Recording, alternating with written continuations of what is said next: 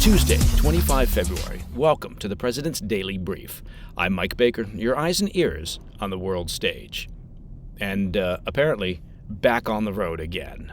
So I apologize for the constant shifting of the backdrop. I'm not sure whether that's considered professional or unprofessional, but it's the way that it is. Coming to you today from, another airport lounge somewhere in the continental United States. Those are all the clues I'm giving you. All right, let's get briefed. We'll start today's show with a major statement from Ukraine's President Zelensky, who says he's open to resigning under the right conditions, while President Trump signals he may meet with the Ukrainian leader next week. We'll have those details. Later in the show, a rare admission from a senior Hamas official who now says he wouldn't have supported the October 7th attacks if he had known the consequences, which of course implies that if Hamas hadn't had any negative consequences, then he would have been just fine with killing 1,200 women, children, elderly people, and men, and taking over 250 hostages. Plus, China's Navy is flexing its muscles in the Pacific and conducting live fire drills that have New Zealand and Australia on edge. And in today's Back of the Brief, Spanish authorities take down a major South American-run sex-trafficking ring, another reminder that their criminal networks operate far beyond the Americas. But first, today's PDB Spotlight. Following a tumultuous week in relations between Washington and Kyiv, President Zelensky is signaling that he's willing to do whatever it takes to secure a peaceful resolution to Russia's war on Ukraine. As I'm sure our listeners are aware, last week President Trump sent shockwaves across Europe after he called Zelensky a, quote, dictator without elections, implied that Ukraine started the war, and said the Ukrainian leader better move quickly on peace negotiations or he will, quote, not have a country left, end quote. The message caused international uproar, particularly among NATO allies, as you might imagine, who accused the president of peddling Russian propaganda and marginalizing a critical regional ally. Well, Zelensky appears to have taken the attack in stride, telling reporters on Sunday that, he wasn't offended, though he noted that a true dictator would have been offended. To prove the point, Zelensky said he stands ready to give up his power in exchange for a peaceful settlement to the war, or for assurances that Ukraine will be granted access to the NATO alliance. He added that he would depart, quote, immediately if necessary.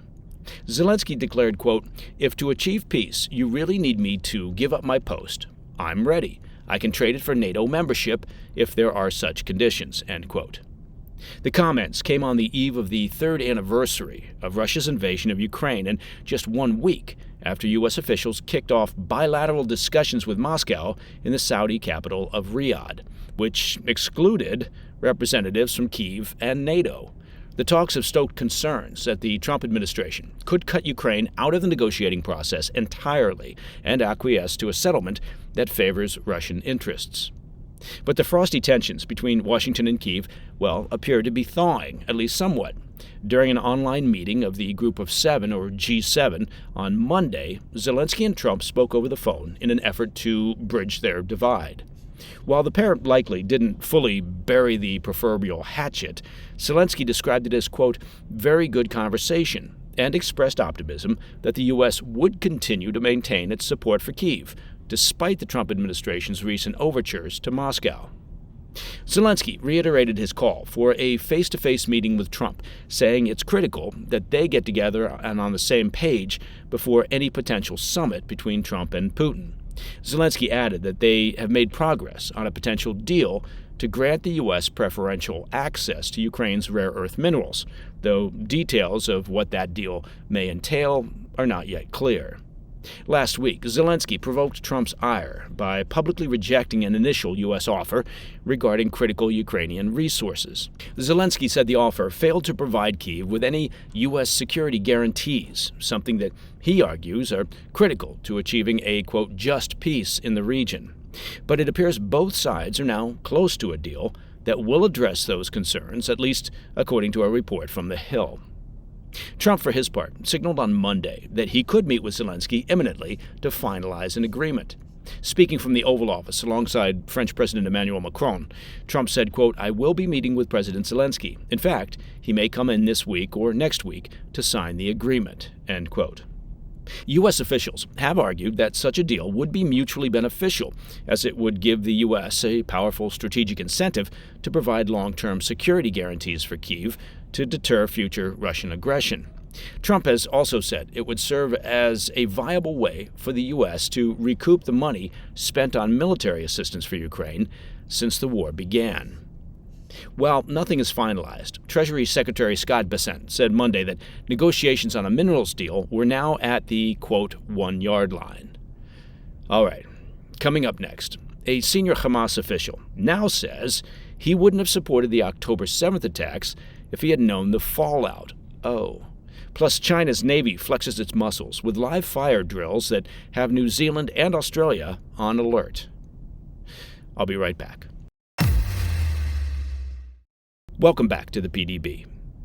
A top Hamas official has publicly admitted that had he foreseen the full scope of consequences, he would not have supported the 7 October 2023 terror attacks on Israel. Now, this rare admission comes as ceasefire negotiations remain fragile as disputes over prisoner releases threaten to reignite the war.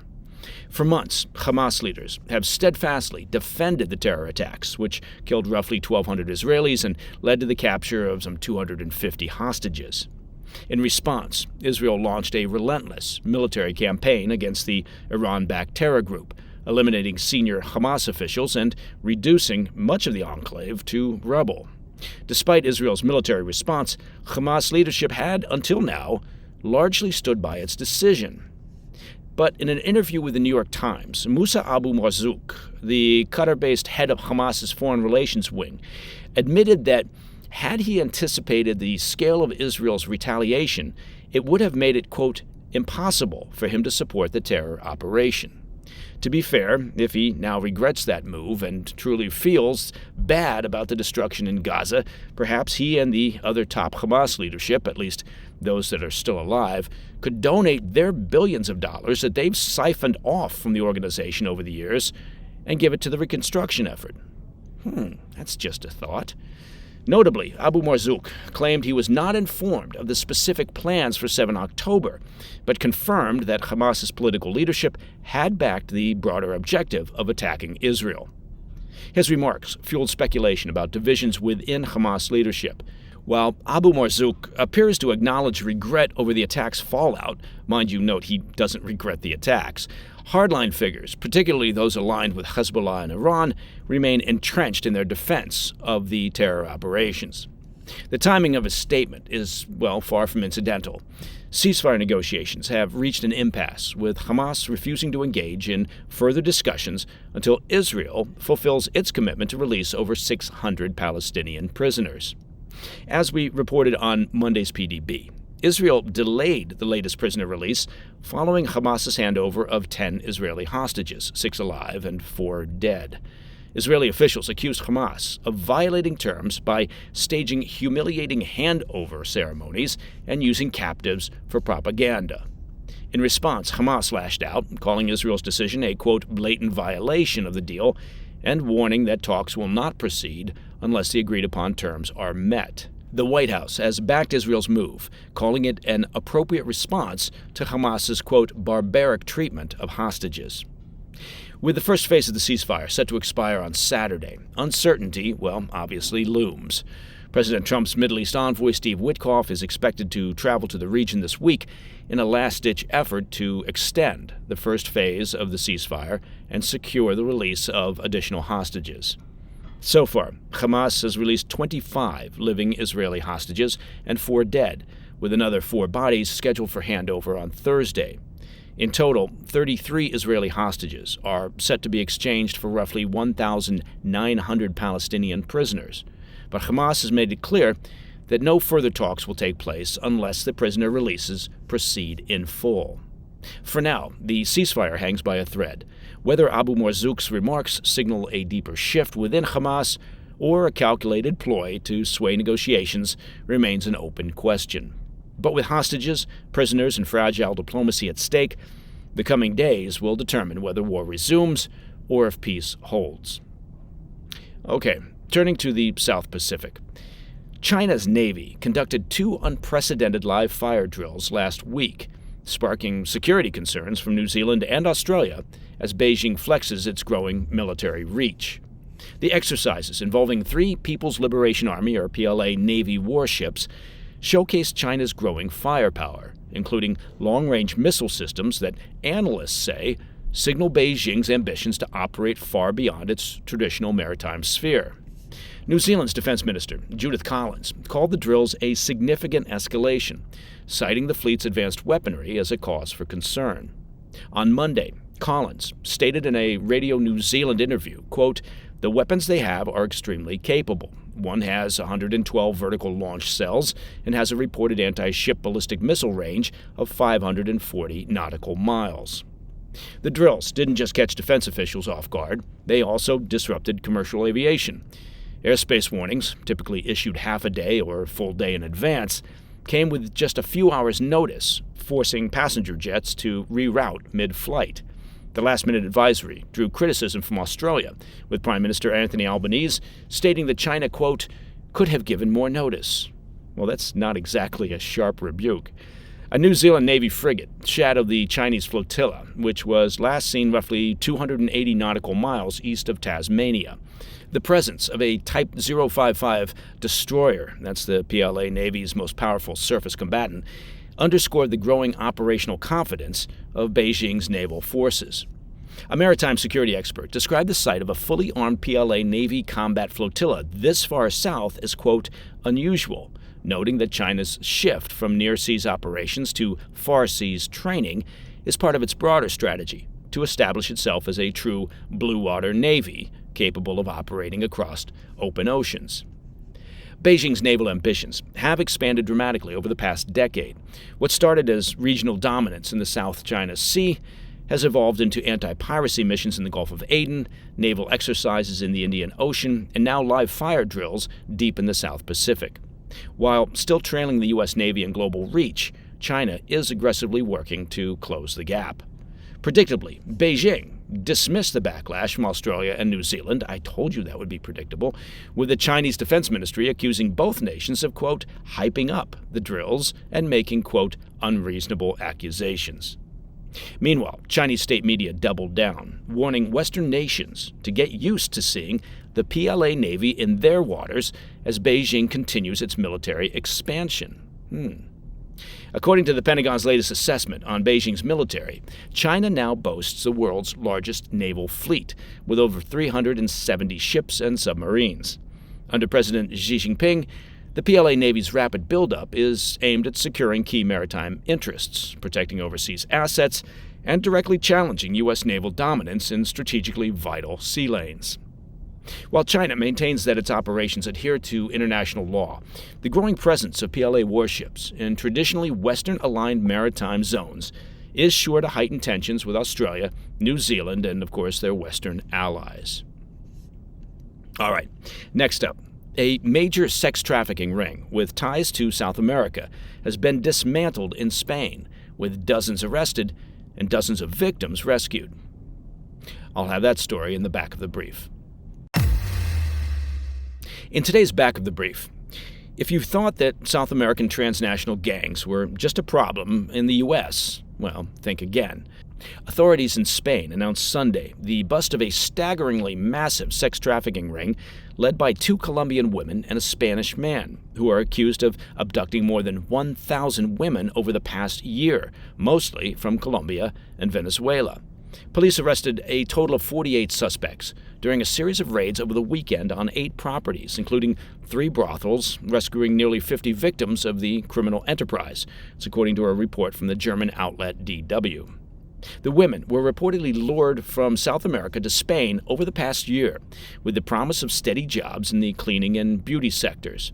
But when they arrived, they were instead hauled off to seedy clubs disguised as boarding houses or hostels, where they were subjected to daily exploitation. Police said the women were forced to work at all hours, kept under permanent video surveillance, and only allowed outside for less than 2 hours each day. During the raids, police confiscated numerous weapons, roughly 150,000 euros in cash, and shut down a bank account holding funds valued at nearly $1 million. They also closed down 3 strip clubs and seized a total of 17 properties associated with the transnational gang.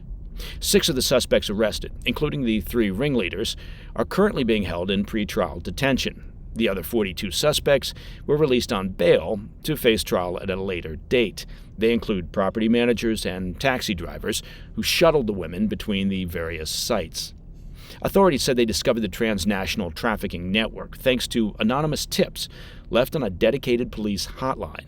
They said over the past year they'd received thousands of citizen complaints related to the gang's activity, which provided invaluable operational information that made the weekend raids possible. And that, my friends, is the President's Daily Brief for Tuesday, 25 February. Now, if you have any questions or comments, and I hope you do, please reach out to me at pdb@thefirsttv.com.